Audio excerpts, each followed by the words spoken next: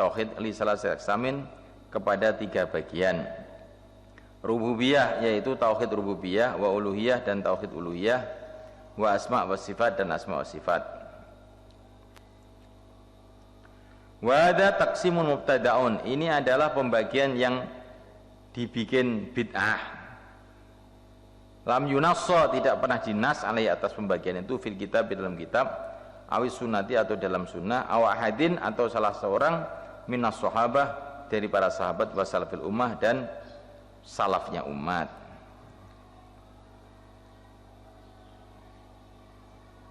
Nah, benar Ibnu Taimiyah, bagi Ibnu Taimiyah nadharat, ada pemikiran-pemikiran, wa isyarat dan ada isyarah-isyarah, wa ta'wilat dan ada ta'wil gitu. Ibnu Taimiyah membagi itu juga punya alasan, maksudnya gitu.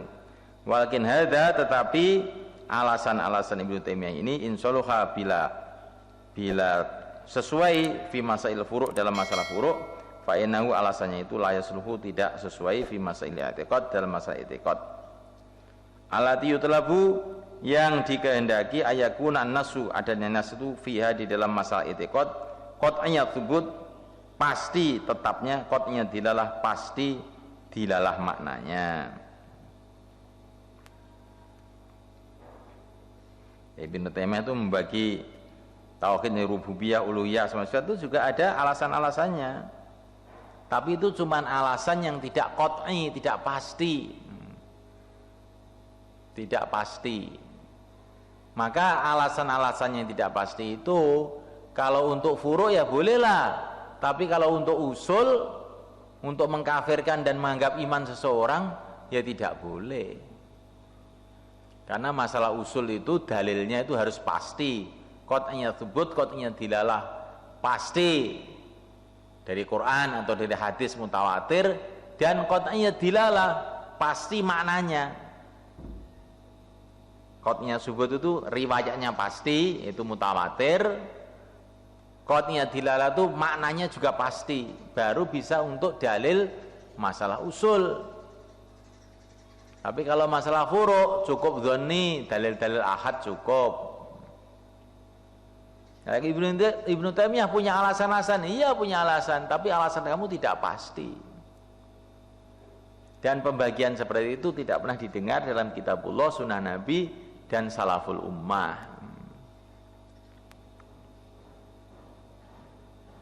Wa min absya'il bid'ah, dan diantara seburuk-buruknya bid'ah, tasrih Ibnu Taimiyah, penjelasan Ibnu Taimiyah, anal musyrikin, bahwasanya orang-orang musyrikin, kanu yu'minuna billah, adalah mereka ini beriman kepada Allah imanan kamilah, dengan iman yang sempurna. Wa hadza, imannya orang musyrikin itu, huwa tauhid rububiyah, adalah tauhid rububiyah.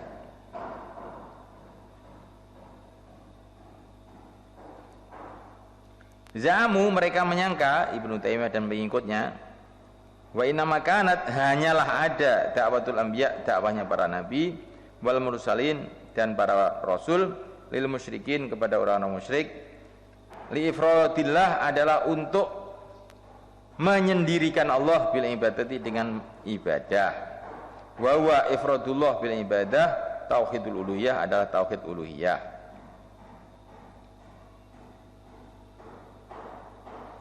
Fahasoru, maka mereka membatasi dakwatul mursalin, dakwahnya para nabi, para rasul, wal anbiya dan para nabi, fi dakwatil muwahhidin, di dalam dakwahnya orang-orang bertauhid, fi nadharim, dalam pandangan pengikut Ibnu Taimiyah, lil ibadati, untuk ibadah.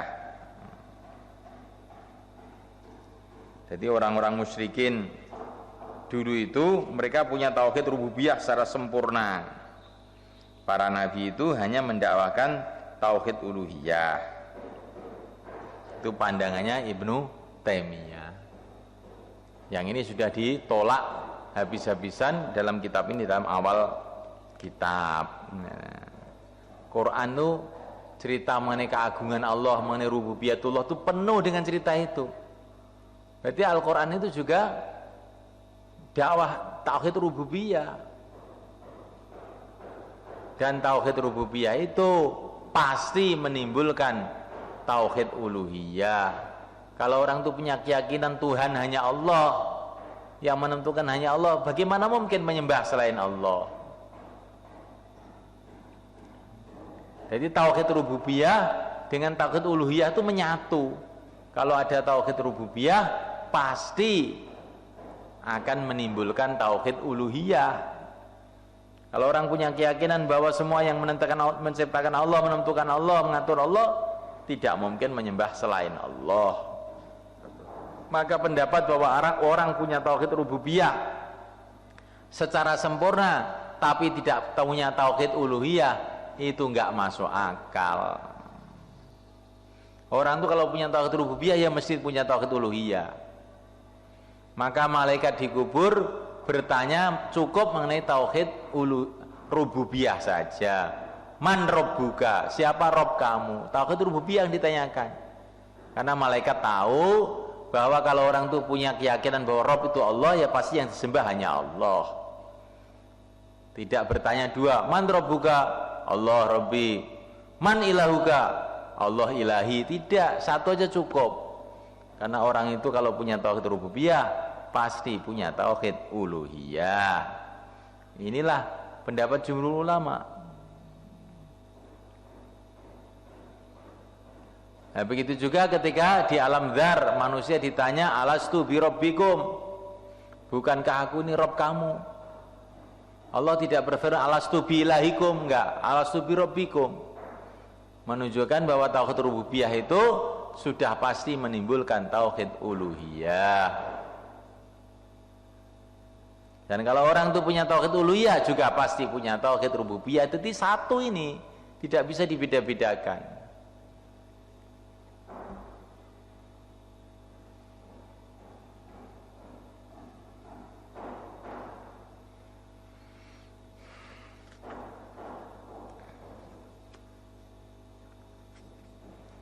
Wa idza kana bila adanya at-taqlidu taklid fil furu'i dalam furu' jaizan adalah boleh li ghairil alim bagi selain orang alim. Fa inna taqlida sunnya taklid fil usuli di dalam usul la yajuzu tidak boleh. Wa ma'a dzalika walaupun begitu masa berjalan Ibnu Abdul Wahhab khalfa Ibnu Taimiyah di belakang Ibnu Taimiyah wa masya'at baul awal dan berjalan atba'ul awal pengikut orang pertama maksud Ibnu Taimiyah khalfahu pengikut orang pertama yaitu Ibnu Abdul Wahhab khalfahu di belakangnya fi mudhaharati huluwin dalam demonstrasi kelewat batas. Mudhaharah huluwi maksudnya mereka itu punya pandangan kepada Muhammad Ibnu Abdul Wahhab itu lewat batas, pokoknya yang benar dia aja, ulama semua salah semua. Wa taqlidin dan demonstrasi taklid, wa takfirin dan demonstrasi mengkafirkan orang, wallahul musta'an.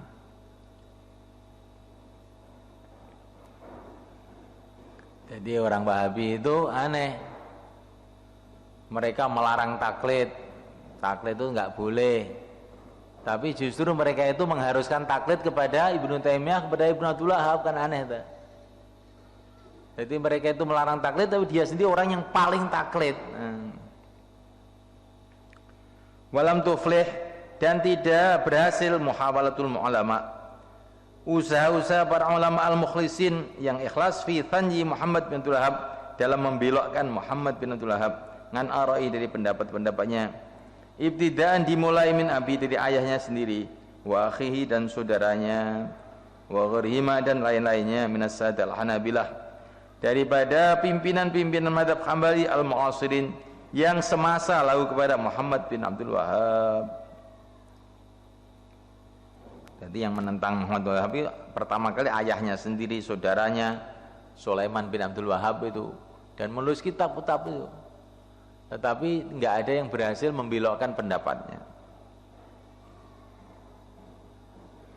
Wa biyadil umur atalasah dan dengan tiga perkara ini, wahia siyadatu ra'il wahid, memimpinnya pendapat yang satu, kekuasaan pendapat yang satu, wa naqlul furu' ilal usul dan memindahkan furu' kepada usul, wal ibtida' fil usul dan membuat bid'ah di dalam usul, yaitu adanya tauhid rububiyah, uluhiyah dan sebagainya. Asbahal mukhalif fikri kuburian, asbahat menjadilah al mukhalifu orang yang menantang dia adalah fikri kepada pikirannya Muhammad bin Abdul Wahab ini kuburian, jadi punya nama kuburi menurut dia, musyrikan musyrik menurut dia, kafirun kafir menurut dia, halal dam halal darahnya, wal mal dan halal hartanya. Wabidzalika, dan dengan itu futihat telah dibuka babu syarrin azim, pintu keburukan yang besar fil ummati dalam umat, lam yukfal yang belum ditutup ilalan sampai sekarang. Wa min ahammin nataiji, dan diantara paling pentingnya natijah pemikirannya Muhammad bin Abdul Wahab umurun salasah, 3 perkara. Al-amru awal, perkara yang awal, hurubu jaziratul Arab, perang di jazirah Arab. Dawana telah menulis Najd, penulis sejarah Najd, min adba'i bin Abdul Wahab, dari pengikut-pengikut Ibn Abdul Wahab, fadlan apalagi an-ghairihim selain pengikutnya, hurubau perang-perangnya Muhammad bin Abdul Wahab, ma'a mukhalifi bersama orang-orang, dengan orang-orang yang menentang Muhammad bin Abdul Wahab. Wa yulahadu alati, dan dicatat perkara yang akan datang ini. Al-awwal, laqad sama, sungguh telah memberi nama haulail mu'arrikhun, orang-orang ahli sejarah itu, Ibn Abdul Wahab wa atba'ahu, memberi nama Muhammad Ibn Abdul Wahab dan pengikutnya bil muslimin dengan nama muslimin, wa mukhalifi, dan memberi nama yang menentang Muhammad bin Abdul Wahab bil musyrikin dengan nama musyrikin. Walaqad sumiyat, dan sungguh telah diberi nama khurub Ibn Abdul Wahab, perang-perangnya Ibn Abdul Wahab, ma'a mukhalifi, dengan orang-orang yang menentangnya, bil ghazawat, dengan nama ghazawat, tasbihan karena menyerupakan bi ghazawati Rasul, dengan perang-perangnya Rasul, didal kufar, untuk menghadapi orang kafir. Taro engkau melihat fiatil huruf di dalam perang-perang ini, zuru'an tukhraq, ladang-ladang yang dibakar, wanisa untusba, dan wanita-wanita ditawan. Tusba dijadikan boyongan, dijadikan budak. Wanisaan tusba, dan wanita-wanita dijadikan budak. Wal buyutan tukhrab, dan rumah-rumah dihancurkan. Wadiman tustahal, dan darah-darah dihalalkan. Jadi perang Jazirah Arab pada waktu itu. Ini ada semua ini nanti anunya. Jadi orang-orang Islam pada waktu itu di perang Muhammad bin Wahab dikatakan bagi musyrikin, wanita-wanita yang dijadikan budak, ya. Laki-lakinya pada disembelih, termasuk ulama-ulama disembelih itu. Dan ini tidak sedikit, ribuan ini. Wa kana Muhammad bin Abdul Wahab wal mudabbir, adalah yang mengatur, wal muwajjih, dan yang memberikan arahan, wal mas'ul, dan yang bertanggung jawab an hadil huruf, dari perang-perang ini. Fa fi tarikh Najd di Syekh Husain bin Ghanam, dalam kitab tarikh Najd bagi Syekh Husain bin Ghanam, Shahifah 89 mulai 9 sampai 89. Mana suhu perkara yang nasnya, waqad baqiya, dan telah tetap Syekh, yakni Syekh Muhammad bin Abdul Wahab, biadi, di tangannya Muhammad bin Abdul Wahab, al-hillu wal aqdu, melepas dan menali, maksudnya keputusan semua di tangannya, wal akhdhu wal idha, dan mengambil dan memberi, wa taqdim wa ta'khir, memajukan mengakhirkan, wala yarkabu, dan tidak naik kendaraan, jaisun pasukan, wala yasduru, dan tidak datang ra'yun pendapat, min dari orang-orang, maksudnya dari pasukan-pasukannya, ila an qoli, kecuali dari pendapatnya Muhammad bin Abdul Wahab, wa ra'yihi, dan pendapatnya Muhammad bin Abdul Wahab.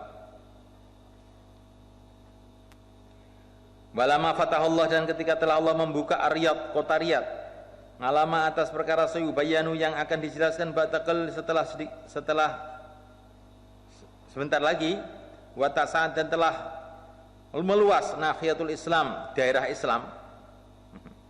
Jadi Riyadh ini asalnya bukan daerah Islam menurut Syekh Husain bin Ghanam ini, ya. Bukan daerah Islam, padahal itu orang Islam semua, tapi karena tidak sesuai dengan Muhammad bin Wahab dianggap orang kafir. Wa aminah, dan telah aman asubulu jalan-jalan, wangqada, dan telah tunduk kulu sokbin setiap yang susah, min badin dari orang kampung, wa haldin orang kota.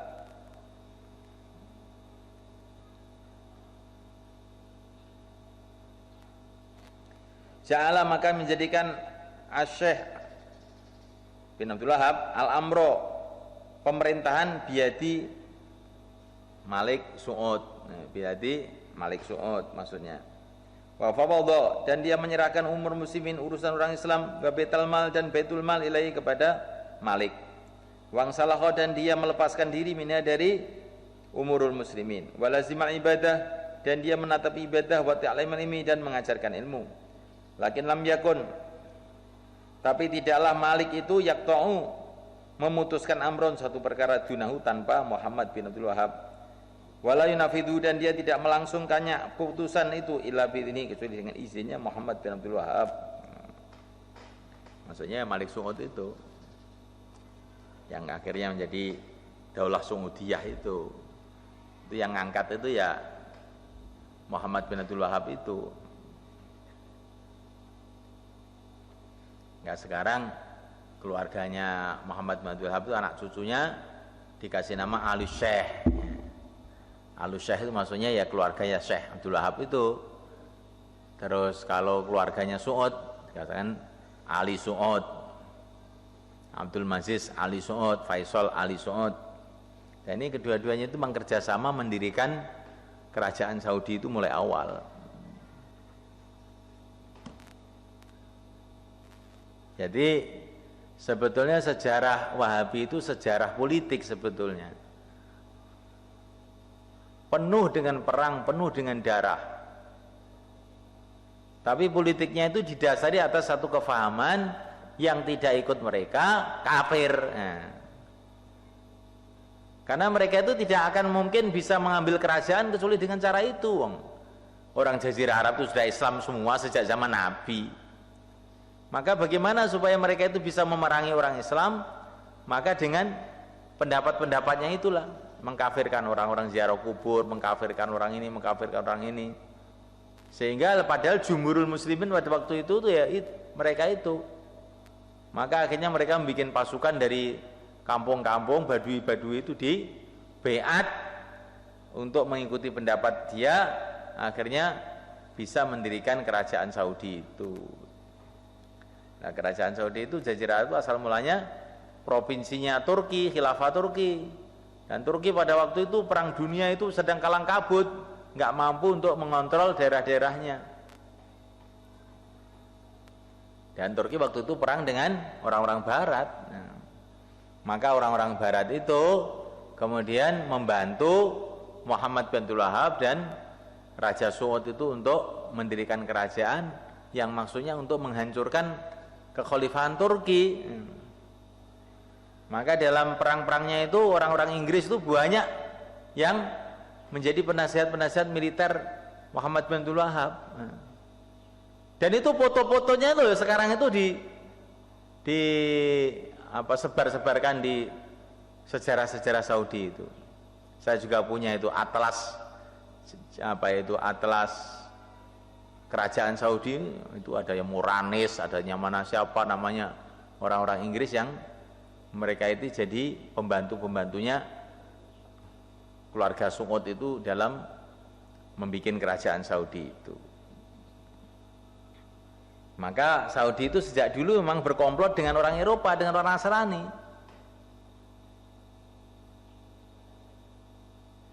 Kamu jangan bisa ditipu kayak Saudi itu anti Barat. Tidak, dia itu komplotan Barat sejak dulu.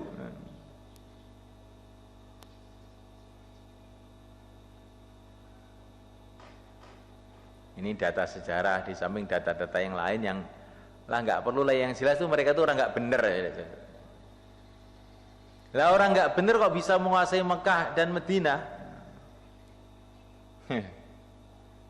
Kamu belum tahu, dulu Abu Jahal, Abu Lahab juga menguasai Mekah, Madinah. Ya. Juga menguasai Mekah. Orang Syiah juga pernah menguasai Mekah, pernah menguasai Madinah. Apa terus mereka itu benar? Ya tidak. Dan yang dikuasai itu hanyalah pemerintahannya, politiknya. Tapi kalau rakyat yang Sunni masih banyak di Mekah itu.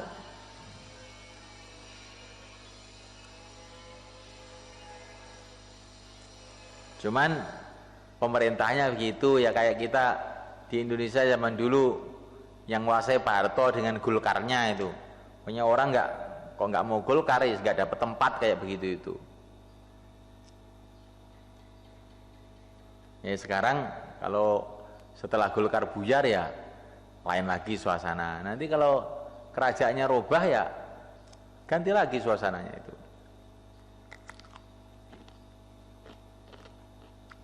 Nah, mau tanya, silakan.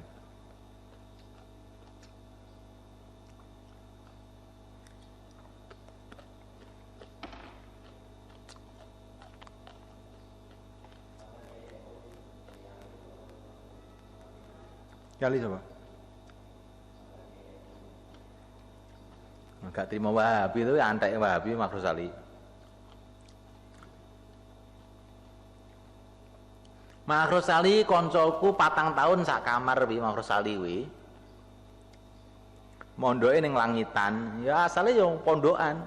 Jadi saiki dadi muwelok Wahabi mendewa-dewakan Ibnu Taimiyah, dik jur kaya rene.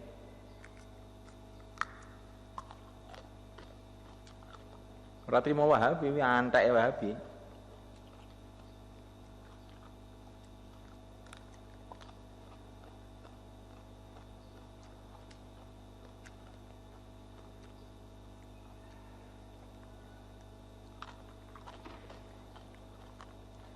Ini maksud saya ini kamu perlu hati-hati. Jadi tidak bisa sebagian orang punya pemikiran kita ini aja rukun-rukun aja dengan orang Wahabi itu. Oh nggak bisa. Wahabi itu wereng. Ya. Kalau masuk dalam satu tempat mesti nanti akan jadi masalah. Karena dia pendapatnya orang muslimin ini musyrikin. Nah ini loh repotnya. Halal darahnya. Walaupun tentu sholat, puasa, zakat, haji, hafid Quran tetap halal darahnya aja. Kalau pendapatnya nggak sama dengan mereka dalam tauhid rububiyah, uluhiyah, asma sifat. Jadi orang Wahabi itu nggak bisa dirukun tuh. Kayak orang Syiah juga begitu juga. Sebagian orang yang lugu kita ini sama-sama Islamnya anu aja lah. Satu hati aja, yang beda pendapat kan biasa. Lain Syiah itu. Syiah itu tidak akan bisa diajak rukun sebelum kamu mengkafirkan Abu Bakar Umar radhiyallahu anhu. Orang yang tidak mengkafirkan Abu Bakar Sayyidina Umar dianggap itu musuh paling terbesar.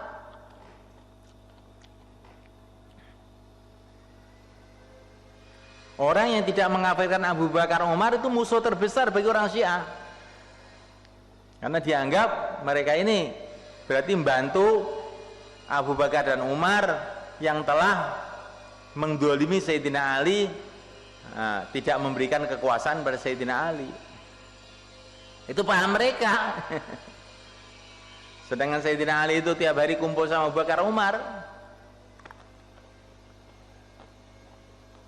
Jadi Syiah itu nggak bisa diajak rukun, nggak bisa. Wahabi juga begitu.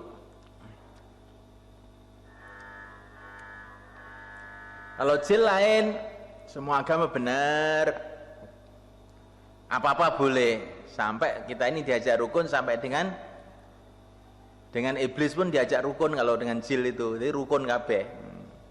Akhirnya jadi kewan kabeh itu ini. Anallahu bisawab.